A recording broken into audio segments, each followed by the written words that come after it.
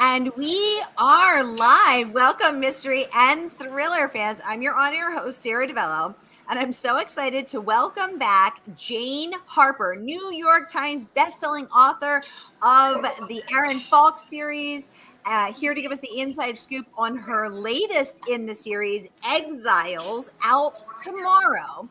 And she is staying very on brand and being very mysterious by not coming on camera. No, I'm just kidding. We're having technical troubles. She's traveling because she's on her way to the US right now for her US book tour. So she is in a hotel and they're having Wi-Fi issues. So she's turned her camera off to save bandwidth, but she is here with us. She's excited to tell us about Exiles, and she's excited to take your questions. So Jane, welcome to Mystery and Thriller Mavens. Tell us about the Exiles. Oh, thank you so much for having me. So the book is an Australian mystery. It's my fifth book, but it's the third and final one featuring Aaron Falk, who is the detective who you met in the Dry in first place and then Force of Nature. So in this book, in Exiles, he goes to a small country town in wine country, South Australia, and gets drawn into the mystery of a mother who's gone missing at a busy food and wine festival. Whoa, wait, so Jane, you said this is the fifth and final Aaron Falk? No more Aaron Falk for us? No, that's it. It's the final one. I went into the book knowing it was going to be the final one, which was a really great writing experience, actually, because I kind of knew it was going to be the end. So you can kind of, you don't have to, you can put everything on the field. You don't have to keep anything back thinking, what's sort of going to happen in future books. Like this was, and the reason really I knew it was going to be the final one was because I just think it's not because I'm bored with him or want to move on or anything like that. It's because I honestly love writing about him. And a big part of fiction, I think, is having strong endings as well as strong beginnings. And I wanted to give his character, a thought out, considered ending that was deserving of a character who's given me so much as an author. Oh my gosh, Jane, I love that. I love that. What a beautiful, I think endings are always hard and sad, but what a beautiful, heartfelt, respectful homage to this character that you have created and that we've all come to love so much. So wow, thank you so much for sharing this.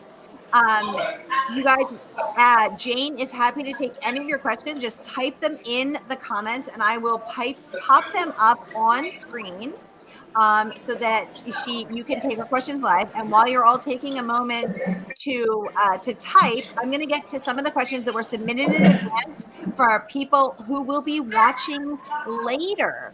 So Jane, let's kick off with Maria Needs to Read. She is a bookstagrammer and she says she cannot wait to read your latest book in the Aaron Falk series.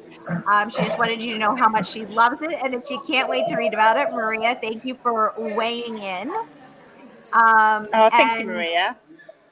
Dania Fawaz would like to know about your writing process. Dania is also an author and a book reviewer, and she would like to hear more about your creative process. What's up? Yeah, sure. So I guess thanks, Dania. Like, I think, the first thing I would say is that I used to be really, everybody, I guess every author kind of finds a way that works and then they're really dedicated to it. I think it's the best way. And I've sort of, over the years kind of realized that so many authors have so many different ways. There's no right or wrong way to kind of approach whatever gets the word on the page for you. For me, planning is a big part of it. So I would spend months and months planning and I would write out a really, really detailed plan. So my plan for a book of 100,000 words would probably, the plan itself would run to 40,000, and I would plan it out chapter by chapter and, test out different things and work out, how the chapter's going to start and end and what's going to happen. And then only when I'm really sure that everything is as it needs to be and I've kind of solved all the problems that I think are going to emerge, that's the point at which I would start writing it. For me, it just helps to separate out the process a bit. So to separate out the thinking and the kind of strategic planning of the novel from the writing is the best way for me, I've found. Wow, I didn't know that you were such a meticulous plotter, Jane. Thank you so much for sharing that you even spend months and months planning each book out. That is fascinating backstory. So thank you. I love knowing that about you. So thank you for sharing. Erin, welcome to the conversation, joining us from YouTube, and she would like to know, how did you come up with the Aaron Falk character? I love your book so much. Oh, thanks, Aaron. So, um,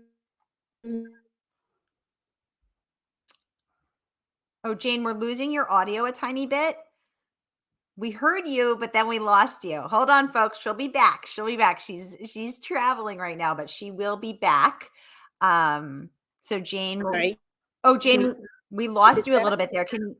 Yes. Can you start again? Oh no, we lost you again. Oh no.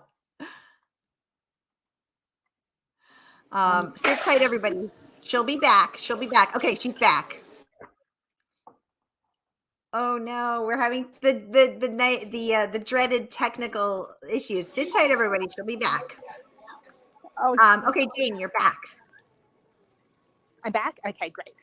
So, when you're planning, when you're thinking of a character, the thing to remember is that characters are part of the functionality of the book, the same way as the plots and the setting and the language you use. So, it's okay for a character to be kind of quite two-dimensional at first, and that's what Aaron Falk was to me at first. He was someone who filled a role within the plot. So I wanted in the Dry, the first book, I wanted someone who, knew the town where the book was set, but not that well, who knew the family involved, but again, not that well, who was a police officer, but not a homicide detective, so he was a little bit out of water. So there's all these building blocks to go into building a character. So they're not kind of they're not maybe like a great character when you start. They're just there. They're really there to kind of build, be part of the plot and help the story move forward. So that's something I always like to try and remind aspiring authors. It doesn't have to all be there at the start. Ooh, Jane, thank you so much for your transparency and for keeping it real. Because that is so heartening to know. I loved that answer. And Erin, thank you for the great question. Ryan White, welcome to the conversation. He said, "Oh man, I can't wait for this book to come out tomorrow." Yes, Ryan, we're all so excited. Jane is coming on to give us the inside scoop in this very special pre-launch event. The book's not even out yet. And I am thrilled to announce that we can offer you signed copies tonight. We can offer you signed copies. So here is the link for you to grab your signed copy of Exiles from our favorite woman-owned independent bookstore, Murder by the Book. So I'm putting the link in the comments. So everyone go and order. And when you order it, just in the notes section, say that you would like to have yours signed. And Jane will sign your book. And the good folks at Murder by the Book, she's on her way to Texas right now. Jane's on her way to Texas. She will sign your book, and you will have a signed copy of Exiles. Now, this is the fifth and final installment of the Aaron Falk series. And this is a really rare opportunity because, as you might have noticed, Australia is kind of far away. So Jane has flown 21 hours to come on over here and do this with us. It is a rare opportunity to get a signed book. Here's the link. Grab your copy now.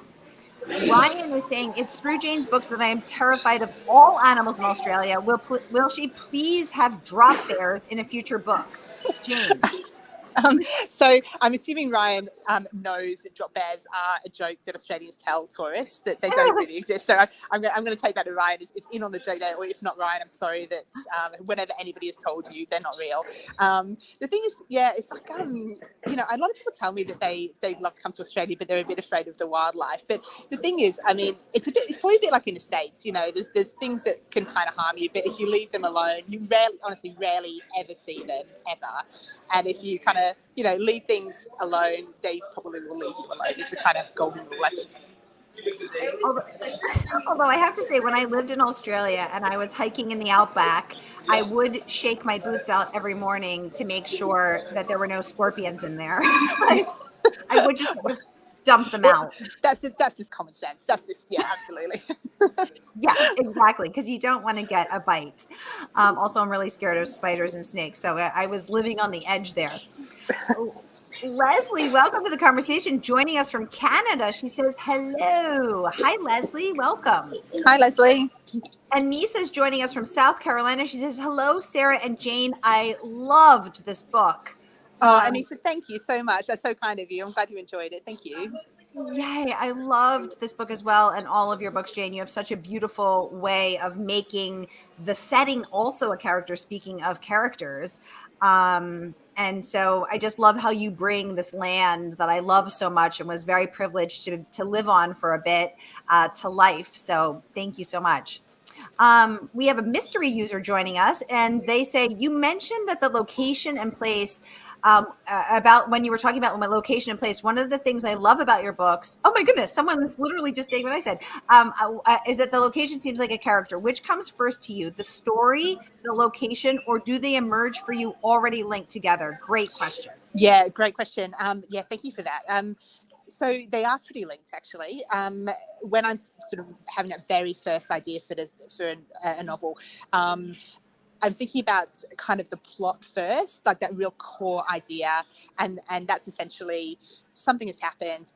It looks like this, but could it be something else? And that's the kind of question I'm going around in my mind. And when I've got a bit of an idea about what this, this thing could be, I'm immediately thinking about a setting, and that's something I'm thinking about like straight away.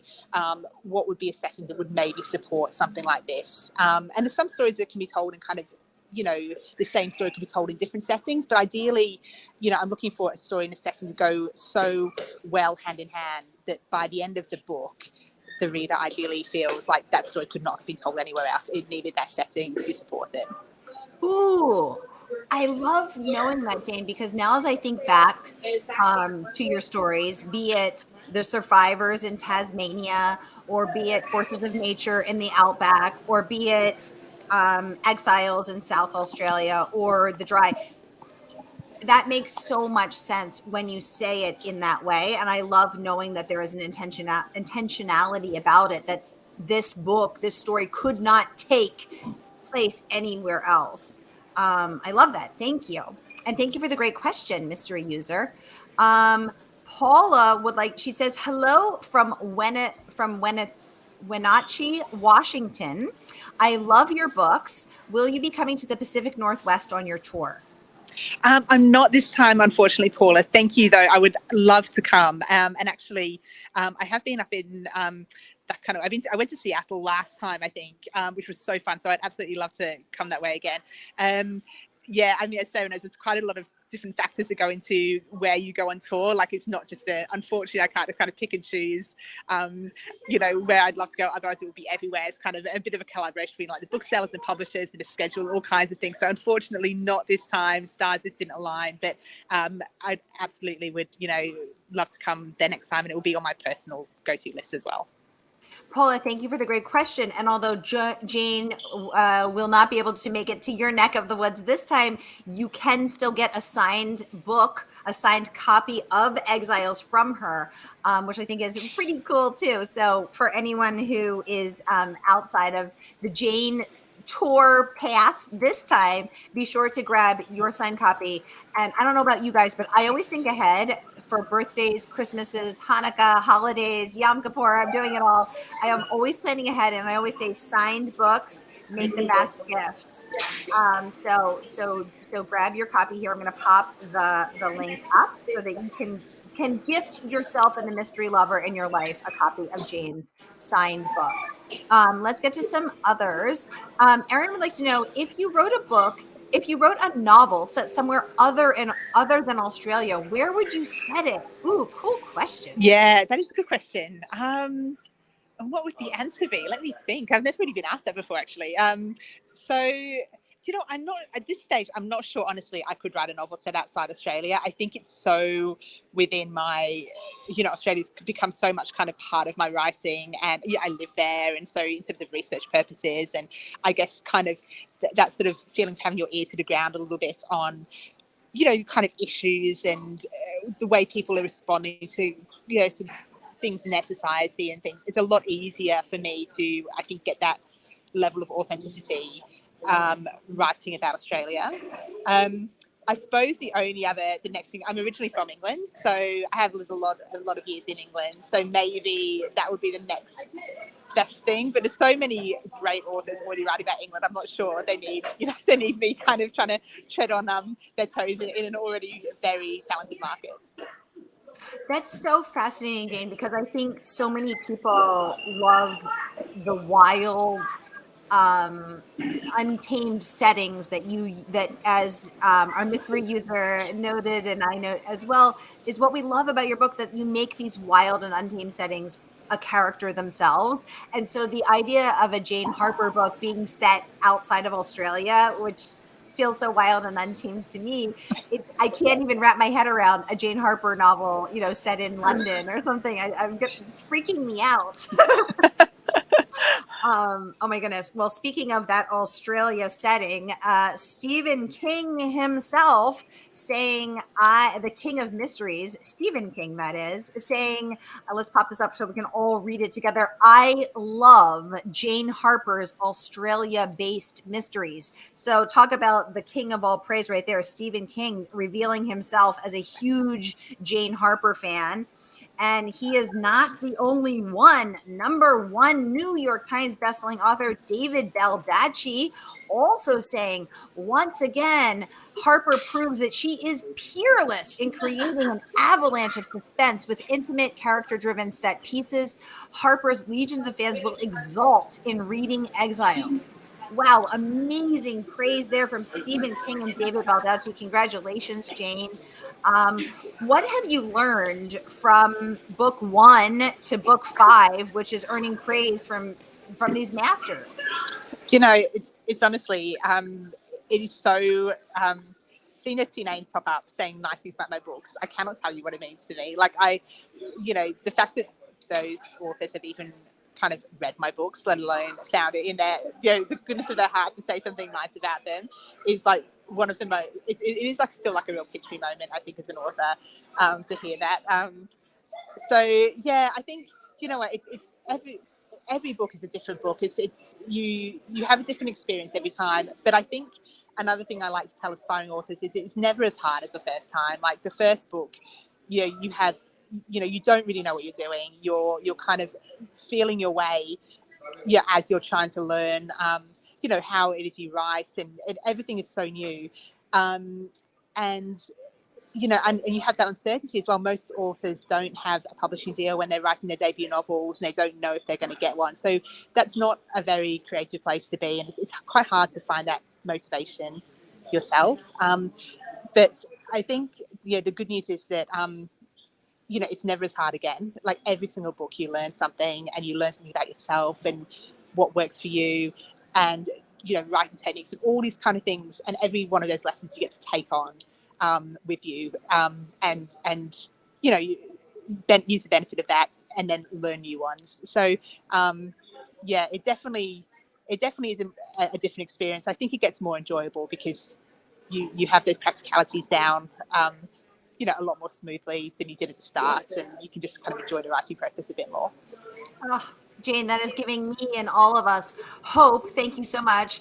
Ryan is throwing his hat in the ring saying, quote, Jane takes you into the danger but never leaves you behind. A must read in any hemisphere. This is a blurb from self-described unsuccessful booktuber Ryan from BookTube with Ryan. Ryan, you're being too hard on yourself. That's a lovely blurb. Oh, Ryan, thank you. Thanks so much. I really appreciate it. That's lovely of you. Thank you.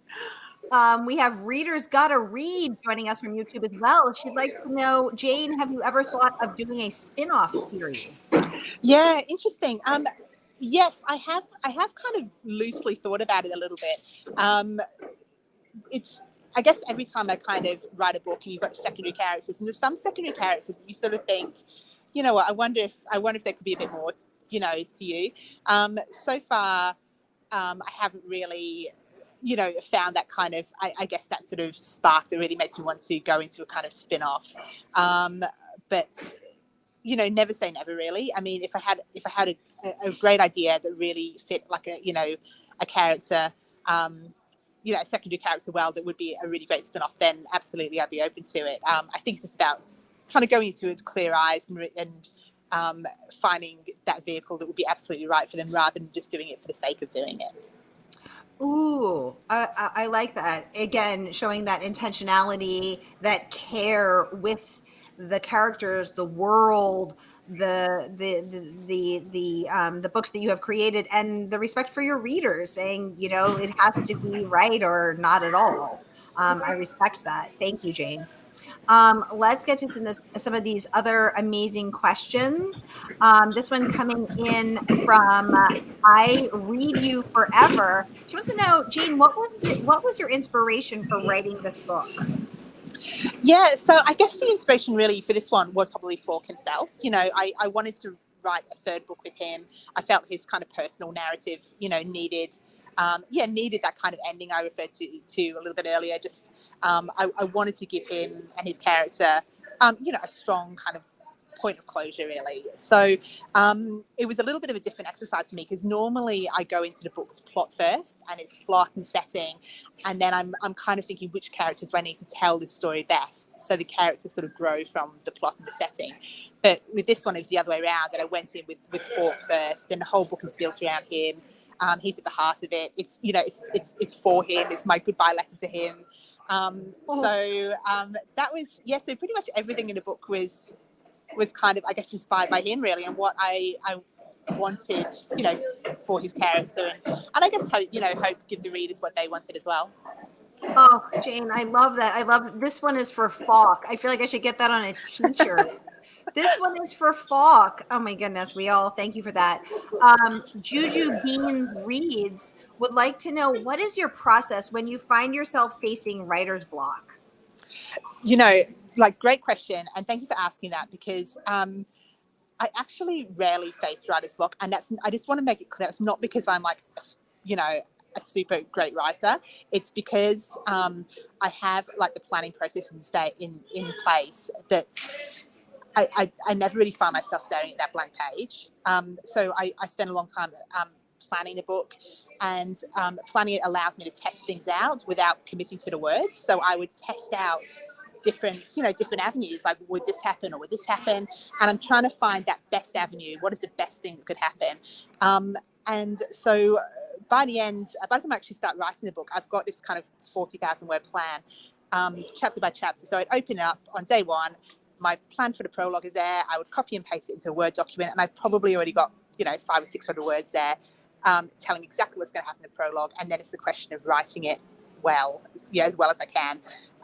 So for me, that helps because it removes that kind of blank page fear, like, oh my God, what, you know, how am I going to fill this page? Because I've already got a starting point. And it also has allowed me during the planning stage to work out any of those difficult questions where I don't know the answer. I've already kind of solved them, you know, which, you know, gives me a lot of confidence when it actually then comes to write it, because I know I've done the hard thinking. Wow. Well, first of all, thank you so much for the great question, and thank you for that great answer. Because, Jane, I think there's this, you know, myth. You know, there's a lot of superstition and fear around writer's block. I have it too, and so knowing that's such a clear, concise, and ultimately empowering answer, because it's like, well, it's not this, you know, plague that's been visited upon you. It's something that you can, you know, put in the time and energy and write 40,000 words and spend 6 months or however long planning, and then you work out those difficult parts, which keeps the wheels turning. I would also say, actually, when I'm planning those, sometimes I do get a bit stuck, and the thing that I do then is not sorry, this isn't like a rocket science answer, but I listen to music and go for a walk, and so often that kind of shakes it loose. Like, if you just kind of literally kind of get your body moving and get your head in a slightly different headspace, often I do find the answer is there. It just needs to rise to the surface. You know, all the answers are within you. It's your book, you know the answers. Like, you do. Like, you might not think you do all the time, but, you know, this is your creation, and the answers are there somewhere in your mind. You just need to kind of just let them float to the surface. Jane, we're going to need to know what music that is. You know, it's honestly different stuff. Like, I mean, when I'm writing, I tend to listen to a lot of kind of music without lyrics. I find the lyrics a little bit distracting. So just any of the kind of, you know, relaxing kind of piano music on Spotify. You know, I go through like hours and hours of that. But often I find as well, like kind of whatever music you like, I find if I listen to it a lot when I'm writing, it means that when I then listen to it on my walks, it gets me in that headspace really quickly. There's a few songs I kind of listen to a bit on repeat, and it does something where it just helps me sort of switch on quite fast. So that's sort of a tip as well. Maybe just something, just pick something you like and just listen to it while you're writing, and it just kind of brings you back to that space a little bit more, quickly. Sometimes I find. I love that. What's Kayla reading? Also, Bookstagrammer would like to know, Jane, what is the hardest part of the reading process? The writing process for you? Oh, yeah. They all have their challenges, I think. I think definitely the biggest kind of mentally challenging part is, I think, getting down that plot in the first place, when you do have a bit of the blank page, ahead. Even just in the planning stages, you're thinking, how am I going to solve this problem? And when you do come up against those brick walls, it can be, it can be quite hard to just, keep calm and keep your confidence and just know you can push through them. I think once I've got the plot down, and I'm really happy with that, then I find it's, then I find the actual writing of it quite enjoyable. The second hardest part is definitely when I hand it into the editors and have to kind of have a nervous couple of weeks while I wait for them to come back. That's probably my least favorite part, I think. So, Jane, even 5 New York Times internationally selling books and Eric Bana starring as Aaron Falk on the movie adaptation of The Dry, even now you still face those pressure points where you are both your calm and your confidence when you're first doing the plot, and then when you're waiting for feedback from your editors. Yeah, absolutely. Yeah, I think that never goes away, really. I think, because you want to do a good job, and I think that's it. I think all authors, we put so much pressure on ourselves because, it's our book and it's our baby, and it's our name on the cover, hopefully. And so, you have this like really high, your expectations of yourself are so much higher than anybody else's, I think. And I don't think that kind of ever changes. It certainly hasn't for me anyway. Maybe for book 6, I don't know. Well, I love that. Ryan wants to know, is Bana doing another book film too? Yeah, Ryan, thank you for that question. Yes, he is. So Force of Nature, which is my second book and the second one in the Falk series, they've filmed it. The filming is done. I've seen a rough cut of it. It's great. It's really good. It's the one where, if you guys haven't read it, it's about 5 women who go into the bushland on a corporate retreat, and things sort of go wrong, and only 4 of them emerge at the other end, and Falk is there kind of trying to unravel what happened during those days in the bushland.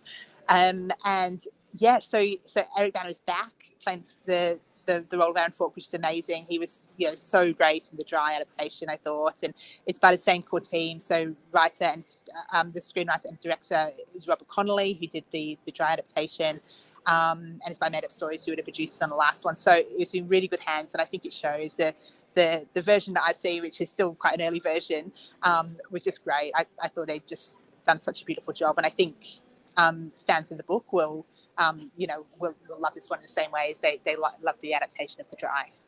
Yay. Oh, that's fantastic news. Forces of Nature is such a fantastic book.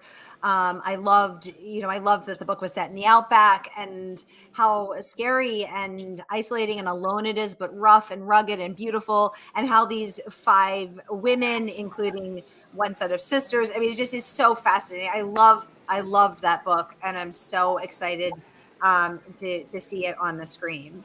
So thank you for that. And Ryan, thank you for the great question. He's saying he would like to have a drink with Aaron Falk. Absolutely. Let us know if that could happen. That way we can all hear that. We'd all love to have a drink with Aaron Falk. Wouldn't we all? Absolutely. Me too. Yeah. Yes, excellent. Okay, our next question is from Jazzy Reads. She'd like to know, Jane, what did you learn while writing this book? Oh, yeah. Look, I think, I mean, you always learn stuff about the writing process. I think with this one, I learned it was a different, like I touched on a little bit earlier, it was a different way for me to go into the book, going in character first rather than plot first. And it was good for me to know.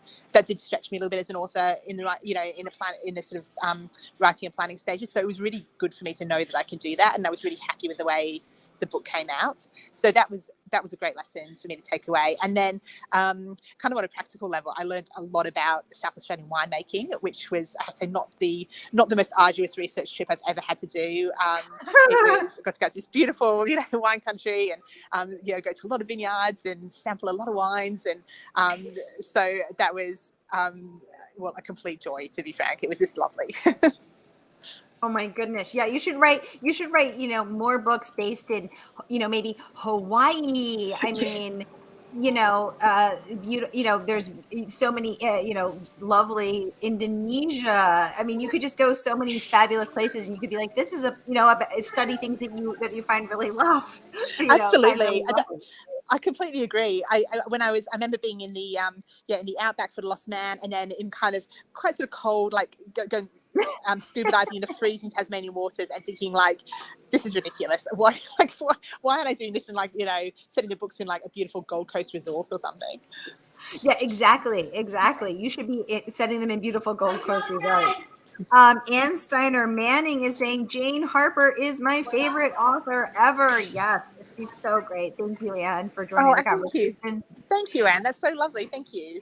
Yay. I want to share a few more words of praise. Anne Cleves talks about your quote, fine writing and addicting storytelling. High praise there from the incredible Anne Cleves. And I want to remind you all, we have signed copies. This is a rare thing to get a signed copy from Jane Harper. So here's the link one more time.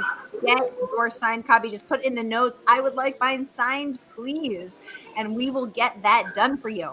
Y'all, we are out of time, but we could keep talking to the fabulous Jane Harper all day and all night because she's been so wonderful. Jane, thank you so much for joining us, for persevering through these technical troubles. Y'all, thank you for joining us. There she is. Hi, Jane. Thank you so Hello. much for joining us. It's been such a pleasure to host you again and to get the inside scoop on the Exiles. Exiles, excuse me, no the. Thank you so much. Thanks, Sarah. Thank you, everyone. All right, everybody. Have a great night, Jane. Thank you so much. And happy pub day tomorrow. Thank you. Thanks, everybody. And thank you for everybody who supported the book. Yay. Or get your signed copies, y'all. And we'll have Jane back next year with, we don't know yet, a standalone or the start of her next 5-book series. Absolutely. Who knows? All right, everybody. Have a great night. Happy Mystery Monday. Happy pub day. Jane Harper, thank you so much for coming. And congratulations on this fantastic book. Have a great night, everybody.